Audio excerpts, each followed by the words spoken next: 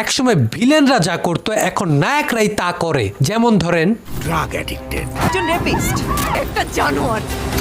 বর্তমানে হলিউড, বলিউড কিংবা আমাদের বাংলা সিনেমায় সব জায়গার দর্শকরা হিরোর চেয়ে অ্যান্টি হিরোকে বেশি পছন্দ করে, যার কারণে এখনকার প্রত্যেকটা সিনেমাতেই দেখা যায় সিনেমার হিরোর ক্যারেক্টারটা একটা গ্রে শেড ক্যারেক্টার, মানে যে সিনেমায় হিরো হলেও সে প্রকৃতপক্ষে একজন ক্রিমিনাল বা খারাপ মানুষ, অথবা বলতে পারেন খারাপ এবং ভালো মিলিয়ে একটা ক্যারেক্টার, যাকে বলা হয়ে থাকে অ্যান্টি হিরো। তবে আপনি জানলে অবাক হবেন, শুধু এই সময়তেই নয়, বাংলা সিনেমায় এর আগেও আমাদের বিখ্যাত কিছু নায়করা এই অ্যান্টি হিরো ক্যারেক্টারটাকে প্লে করেছিল।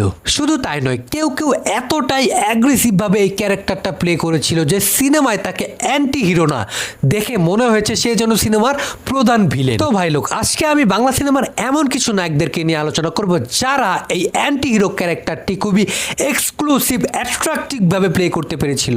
ভিডিও শেষে অবশ্যই জানাবেন যে কোন নায়ক এই অ্যান্টি হিরো ক্যারেক্টারটি সবচেয়ে সেরাভাবে প্লে করতে পেরেছে বলে আপনার কাছে মনে হয়। তো কি অবস্থা, আমি সজীব আর আপনারা দেখছেন সজীবের ডাইরেক্ট পয়েন্ট। আর আজকের পয়েন্ট হলো best in anti hero character. Number 5, Rubel, cinema অন্যায় অত্যাচার।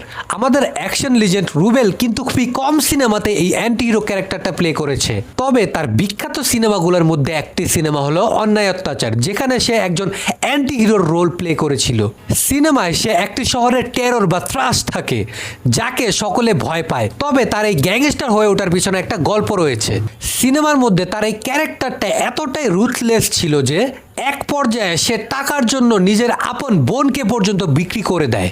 আমার ফাঁকি দিবি না তো? ভালো লেগেছিল, পেয়ে গেছি, বাই, আর তোকে প্রয়োজন নেই।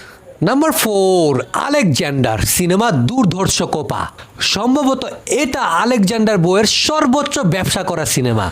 ডাবল রোলের এই সিনেমাতে আমরা তাকে একজন হিটম্যান হিসেবে দেখতে পাই, যে কিনা টাকার জন্য বা তার বসের জন্য সব কিছু করতে পারে। সিনেমাটার প্রেজেন্টেশন আহামরি ভালো না হলেও আমি আলেকজান্ডারের অভিনয়ে মুগ্ধ হয়েছি।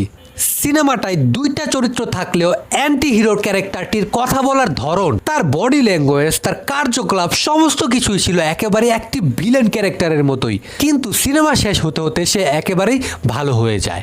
কোপা শামসু নাম আমার, আমি কোপাই, কোপাই আর ফিনিশিং দেই। নাম্বার 3, কাজী মারুফ, সিনেমা অন্য মানুষ। কাজী মারুফের ইতিহাস সিনেমাতেও আমরা তাকে এরকম একটি অ্যান্টি হিরো টাইপের ক্যারেক্টারে দেখলেও সেটা কিন্তু পুরোপুরি একটি অ্যান্টি হিরোর গল্প নয়। তবে অন্য মানুষ সিনেমাটার গল্পটাই এই চরিত্রটাকে নিয়ে। অন্য মানুষ সিনেমায় হিরো কিন্তু শাকিল খান, তবে সিনেমার প্রধান চরিত্র হলো মারুফ, যে কিনা খুবই সাধারণ একজন ছেলে এবং একটি মেয়েকে পাগলের মতো ভালোবাসে। তবে সে সেই ভালোবাসা পাওয়ার জন্য হিরো থেকে হয়ে ওঠে একজন অ্যান্টি হিরো বা ভিলনও বলতে পারেন। মারুফ তার প্রাইম সময়টাতে কি মাপের অভিনেতা ছিল তা আপনারা এই সিনেমাটা দেখলে বুঝতে পারবেন। একজন সিধা সাদা বোকা ছেলে থেকে সাইকো পাগলা হয়ে ওঠার ট্রান্সফরমেশনটা ব্রিলিয়েন্ট ভাবে অভিনয় করে দেখিয়েছিল কাজী মারুফ। আমি পাগল, আমি নুপুরের প্রেমে পাগল, নুপুর আমার। নাম্বার 2, মহানায়ক মান্না, সিনেমা নায়ক। এই একই সিনেমায় মান্না হিরো এবং অ্যান্টি হিরো দুইটি ক্যারেক্টারকে সমানভাবে প্রেজেন্ট করেছিল, যেখানে একজন থাকে পুলিশ অফিসার আর আরেকজন থাকে সন্ত্রাসী, যার নাম হলো বোমা মানিক। সিনেমার এক পর্যায়ে গিয়ে এই দুইজনের জায়গা পরিবর্তন হয়ে যায়, অর্থাৎ বোমা মানিক পুলিশ অফিসার সেজে সেই আসল পুলিশের বাড়িতে আশ্রয় নেয়। এই সময়টাতে মান্নার অ্যান্টি হিরো হিসেবে তার অভিনয় আপনাকে মুগ্ধ করতে বাধ্য হবে। তার এক্সপ্রেশন, ডায়লগ ডেলিভারি, প্রত্যেকটা জিনিস দেখে জাস্ট আপনার মনে হবে আপনি যেন কোনো অ্যান্টি হিরোকে নয় ভিলেনকেই দেখছেন। এই সিনেমায় অ্যান্টি হিরো হিসেবে তার অভিনয় সিনেমার প্রধান ভিলেন ডিপজলকেও ছাড়িয়ে গেছে। বলতে পারেন ডিপজলের ভিলেনের অভিনয় মান্নার অভিনয়ের পেছনে চাপা পড়ে গেছে। লালা পাল্টোস, দেশটার 12টা বাজিয়েছিস, আমি 13টা বাজিয়ে দেই। নাম্বার 1, শাকিব খান, সিনেমা বরবাদ। ক্যারিয়ারের শুরুর থেকে শাকিব খান এই চরিত্রে অনবদ্য।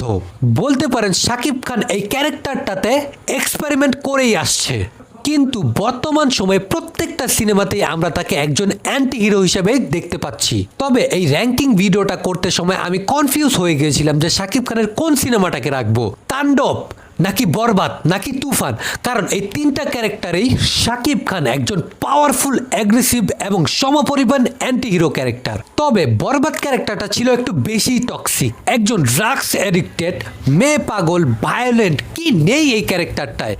একজন খারাপ মানুষের মধ্যে যা যা থাকার কথা সবই ছিল এই আরিয়ান মির্জার অ্যান্টি হিরো টক্সিক এই ক্যারেক্টারটার মধ্যে। সিনেমায় সর্বশেষ তার সমস্ত ভুল সে বুঝতে পারে, and he regret also. I am bloody Aryan Mirza.